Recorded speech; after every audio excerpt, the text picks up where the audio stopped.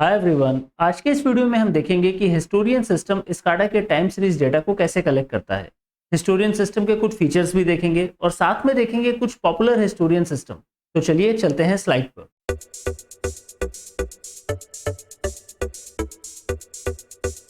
तो स्लाइड में आगे बढ़ने से पहले मैं आपको plcdcscontrol.com के बारे में थोड़ा सा एक्सप्लेन करना चाहूँगा। जो भी स्लाइड्स मैं यहाँ पे यूज़ कर रहा हूँ वो सारे के सारे स्लाइड्स आपको plcdcscontrol.com पर मिल जाएंगे।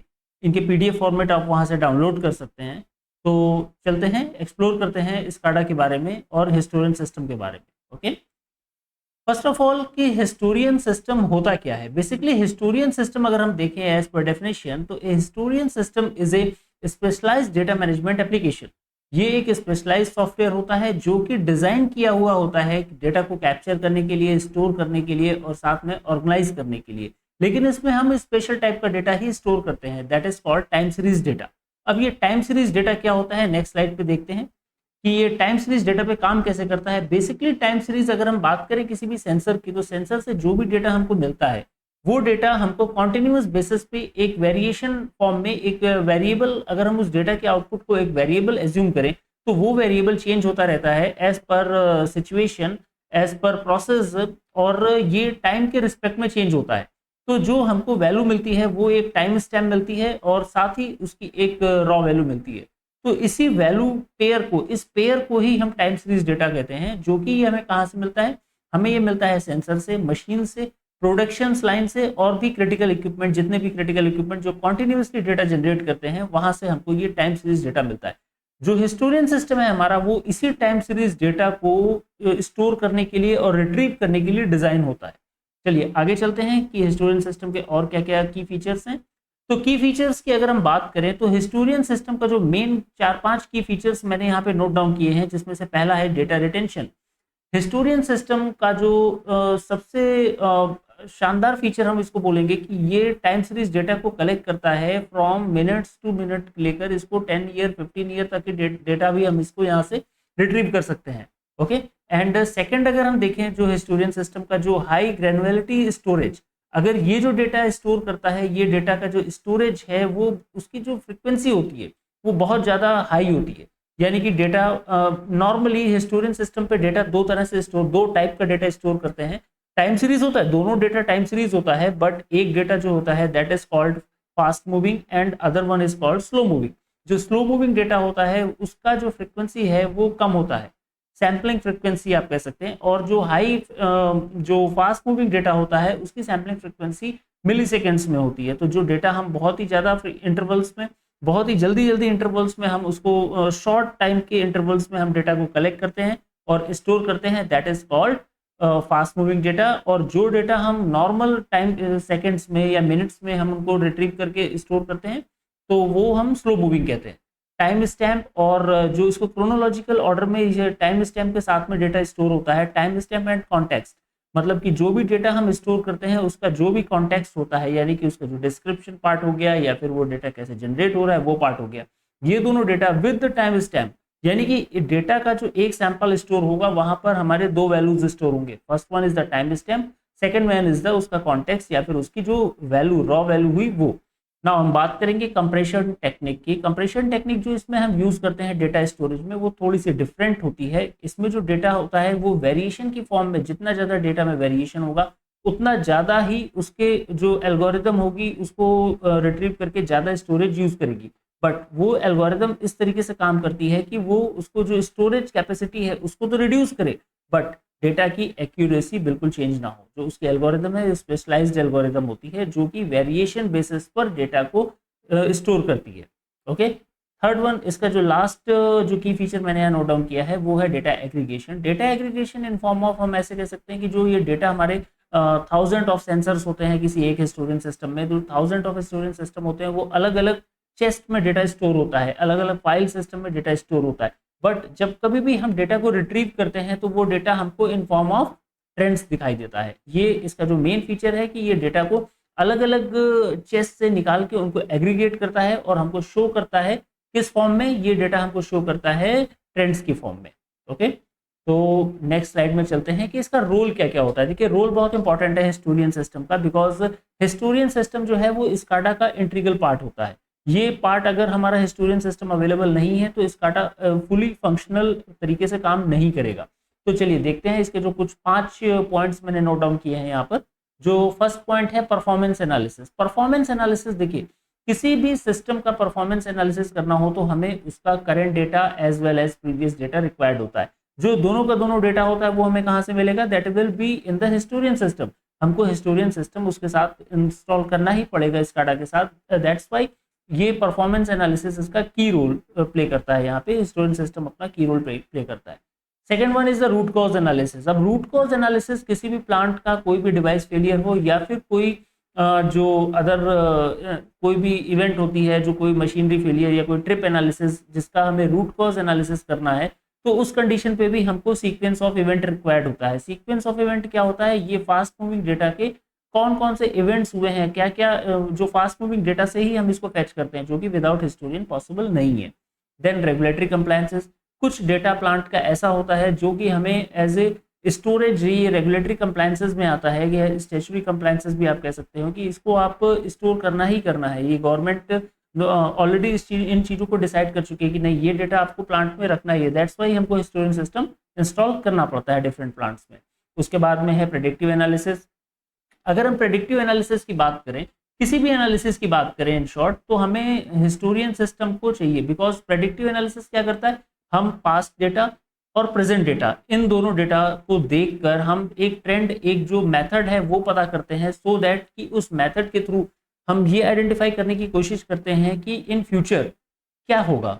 मीन्स हमारी जो डिवाइस है, अगर उसमें कुछ माल फंक्शन हो रहा है तो we will get that information from the store data कि ये डिवाइस आज से 6 महीने पहले प्रॉपर काम कर रही थी, but now the fluctuation is high, so we can say कि हाँ ठीक है, ये device it may be fail. उसमें AI/ML के कुछ एल्गोरिदम भी यूज करते हैं। उन एल्गोरिदम के थ्रू हम एक पैटर्न प्राप्त करते हैं, और जो पैटर्न होता है उससे हम आइडेंटिफाई करते हैं कि ये डिवाइस आने वाले टाइम पर फेलियर होने वाली है, या फिर इस डिवाइस का क्या होगा। तो ये प्रेडिक्टिव एनालिसिस में भी हिस्टोरियन सिस्टम का की रोल होता है। देन उसके बाद में process optimization. Process optimization is the same thing. हम वहां पर इससे पहले वाले पॉइंट में हम प्रेडिक्टिव एनालिसिस कर रहे थे। प्रोसेस ऑप्टिमाइजेशन करने के लिए भी हमको हिस्टोरियन डेटा चाहिए। हिस्टोरियन डेटा को आइडेंटिफाई करने के बाद में हम प्रोसेस डेटा के थ्रू हम ये ऑप्टिमाइज कर सकते हैं कि कहाँ पे हमारे किस प्रोसेस की एफिशिएंसी हमारी लो है और किस प्रोसेस की एफिशिएंसी हमारी हाई है। तो process optimization is an another key role for historian. तो नेक्स्ट चलते हैं कि आजकल का जो डिजिटल एज है, हिस्टोरियन इन डिजिटल एज, आजकल जो जितने भी हिस्टोरियन सिस्टम लग रहे हैं, that is a little bit different. Because आज से 5 ईयर 10 ईयर्स पहले जब तक क्लाउड्स नहीं थे, क्लाउड स्टोरेज का सिस्टम नहीं था, तो हर सारा का सारा जो हिस्टोरियन सिस्टम होता था ऑन प्रीमाइसेस होता था। ऑन प्रीमाइसेस में क्या इशू होते थे कि हम किसी एक प्लांट का ही डेटा उस ऑन प्रीमाइसेस हिस्टोरियन सिस्टम में स्टोर कर पाते थे। जबकि अगर हमारे बहुत सारे प्लांट हैं, सपोज करिए हमें डेटा को इंटीग्रेट करना है, डिफरेंट डिफरेंट प्लांट से डेटा लेना है, then we don't have any linkage in between two historian system. But आजकल जो डेटा है वो रियल टाइम डेटा एक्सेस होता है क्लाउड में, और ये स्टोर भी वहीं क्लाउड में ही करते हैं। तो बेसिकली आजकल जैसे फॉर एग्जांपल अगर हम किसी पीवी प्लांट की बात करें, तो पीवी प्लांट बहुत ही ज़्यादा डिस्ट्रीब्यूटेड फॉर्म में लगे होते हैं, और ये सारा का सारा डेटा जो है ये रियल टाइम बेसिस पर हिस्टोरियन में क्लाउड में ही स्टोर होता है। जो इनका हिस्टोरियन होता है वो क्लाउड सर्वर पर ही होता है। अब अगर हम इसकी बात करें, इनको डिफरेंट डिफरेंट लोकेशन से डेटा को फैच करके उसमें AI और ML की कुछ एल्गोरिदम लगा के उसका पैटर्न आइडेंटिफाई करने के बाद में, ये जो पीछे मैंने बात की थी, ये 4-5 जो इसके पॉइंट्स थे, रोल ऑफ इंडस्ट्रियल ऑपरेशन, तो ये चारों पांचों पॉइंट्स हमारा एनालिसिस फॉर्म में ये लोग करते हैं। जो आज का जो हिस्टोरियन सिस्टम है that is a little bit different. Because आज से पहले जो हिस्टोरियन होता था, जो हिस्टोरियन सिस्टम होता था, that was design only for one plant. But आजकल जो हिस्टोरियन है वो उसमें एनालिटिक्स ऐड हो गया है। एनालिटिक्स के साथ साथ AI और ML के कुछ एल्गोरिदम है, उनका भी उसमें की रोल वहां पर प्ले करते हैं वो। ओके, तो हिस्टोरियन सिस्टम जो डिजिटल एज में हिस्टोरियन सिस्टम होने जा रहे हैं, that is a little bit advance.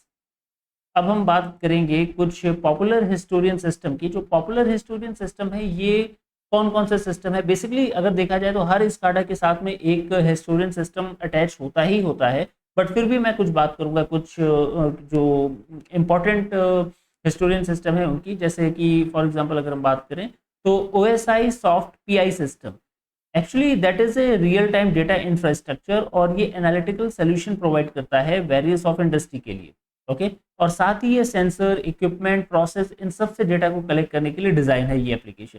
Then हम बात करेंगे वंडरवेयर हिस्टोरियन सिस्टम की। ये अवेवा ने इसको डेवलप किया था, और ये बहुत ही हाई एंड सिस्टम है एक्चुअली। इसका जो स्टोरेज और रिट्रीवल कैपेबिलिटी है वो बाकी जो सिस्टम है उनसे काफ़ी बेटर है, और ये पूरा का पूरा जो है हार्ड डिस्क एरे के साथ में ही काम करता है। इसका जो स्टोरेज सिस्टम होता है, रैक बेस्ड सर्वर इसको नॉर्मली इंस्टॉल करते हैं, और ये काफ़ी हाई एंड हिस्टोरियन सिस्टम है। इसके बाद हम बात करेंगे जी का डिजिटल हिस्टोरियन सिस्टम। जो जी के स्काडा एप्लीकेशंस होते हैं, उन स्काडा एप्लीकेशंस के साथ में हमको ये एप्लीकेशन मिलता है, हिस्टोरियन सिस्टम मिलता है। Okay that is also in SCADA जो 4th जनरेशन का स्काडा है उसके साथ ही कॉम्पेटेबल है, और इसमें भी सारे एडवांस फीचर्स अवेलेबल है। अगर हम IP21 सिस्टम की बात करें तो ये आस्पिन टेक IP21 इसका पूरा नाम है, और ये आस्पिन 1 ने इसको डेवलप किया था। और ये काफ़ी ज़्यादा ये टोकन बेस्ड लाइसेंस होते हैं कि अगर सपोज हमारा लाइसेंस एक्सपायर भी होता है तो इसमें डेटा स्टोरेज क्लोज नहीं होगा। एंड ये काफ़ी एफिशिएंट है। चेस्ट की फॉर्म में डेटा स्टोरेज होता है अलग अलग फॉर्म में, और साथ ही ऑनलाइन इसमें स्वैपेबल हार्ड डिस्क वगैरह का फीचर्स, इसमें काफ़ी एडवांस फीचर्स हैं ये आस्पिन IP21 में। नेक्स्ट हम बात करेंगे फैक्ट्री टॉक हिस्टोरियन की। रॉकवेल ने डेवलप किया है, ये भी इसके जो स्काडा एप्लीकेशन है उसके साथ में इंटीग्रेटेड मिलता है। देन हम बात करेंगे national instrument NI data finder server edition की। ये भी एक एप्लीकेशन है जो कि स्पेसिफिकली डिज़ाइन है डेटा को स्टोर करने के लिए, और साथ ही उसको इंडेक्स और ट्रेंड के फॉर्मेट में रिट्रीव करने के लिए। तो ये नेशनल इंस्ट्रूमेंट ने इसको डेवलप किया था, और ये सर्वर एडिशन में अवेलेबल है। इसके बाद हम बात करेंगे हनीवेल PhD की। हनीवेल PhD जो है that is process history database. Honeywell का जो ये बेसिकली हनीवेल के जो एप्लीकेशंस हैं उनके साथ में ये इंटीग्रेटेड फॉर्म में मिलता है, और ये एडवांस कंप्रेशन टेक्निक इसमें यूज़ की गई है, और स्टोरेज के कलेक्शन में और रिट्रीवल में ये तीनों के लिए प्रॉपर काम करता है। इसमें भी एनालिटिक फीचर्स अवेलेबल है आज की डेट में। देन अवेयर सिस्टम, ये वंडरवेयर का ही सिस्टम है, बट इसको अभी थोड़ा सा इसका नाम चेंज हो गया है अपग्रेड होने के बाद में। तो आजकल मार्केट में आपको 2 सिस्टम अवेयर के मिलेंगे। पहला तो वंडरवेयर वाला मिलेगा, then second one is aware system platform मिलेगा। दोनों ही काफ़ी हाई एंड हिस्टोरियन सिस्टम है। नेक्स्ट हम बात करेंगे ये आइकॉनिक हाइपर हिस्टोरियन की। ये मित्सुबिशी PLC और मित्सुबिशी कंट्रोल सिस्टम के थ्रू डेवलप्ड है I think iconic hyper historian system. ये लार्ज वॉल्यूम का जो डेटा है रियल टाइम में ये स्टोर करते हैं इसमें, और इसको रिट्रीव कर सकते हैं। इसका जो ट्रेंड फीचर है वो बहुत ही अच्छा है। साथ ही इसके जो वेरियस इसमें जो सपोर्ट्स अवेलेबल हैं, एनालिटिक्स अवेलेबल है, और ये हाई एंड डीसीस में इसको काउंट करते हैं। कैपवेयर का KEP सर्वर बेसिकली ये OPC डिवाइसेस को, OPC सर्वर्स को कनेक्ट करने और डेटा को एक सेंट्रलाइज लोकेशन में ट्रांसफर करने के लिए ये यूज़ होता है, बट साथ ही ये यूज़ होता है हिस्टोरिकल डेटा को फैच करने के लिए। तो इन शॉर्ट ये थर्ड पार्टी एप्लीकेशन है। ये it is not integrated with the SCADA, ये इंडिविजुअल फॉर्म में अवेलेबल है मार्केट। सो होप कि आपको आज का ये वीडियो अच्छा लगा होगा। हिस्टोरियन सिस्टम के कुछ बेसिक फंडामेंटल आपको इस वीडियो से जानने को मिले होंगे। अगर आपको ये वीडियो अच्छा लगा है तो इस वीडियो को लाइक करें, चैनल को सब्सक्राइब करें, और साथ ही ये वीडियो को शेयर करें। आज के लिए इतना ही, एंड थैंक्स फॉर वॉचिंग।